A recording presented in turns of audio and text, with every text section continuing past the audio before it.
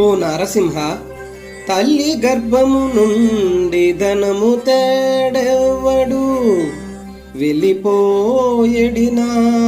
వెంటరాదు. లక్షాధికారైన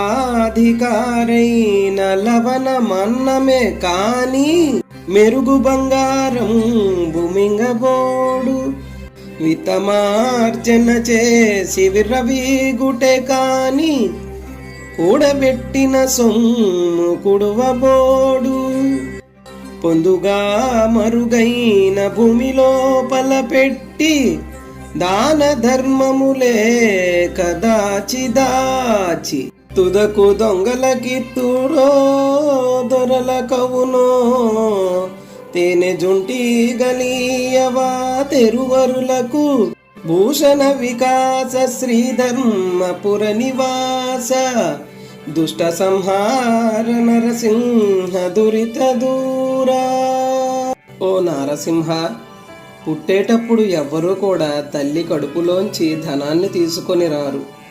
అదే విధంగా చనిపోయేటప్పుడు ఆ ధనం మనతో రాదు. లక్షాధికారైన ఆ 4 మెతుకుల గురించే గాని తన వద్ద ఉన్న బంగారాన్ని మింగలేడు కదయ్యా.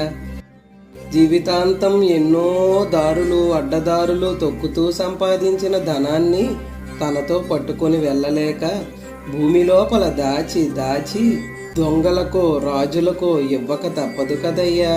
తేనెటీగలు ఎంతో కష్టపడి దాచిన తేనెను బాటసారులకు ఎలా ఇస్తాయో ఇది ఆ విధంగానే.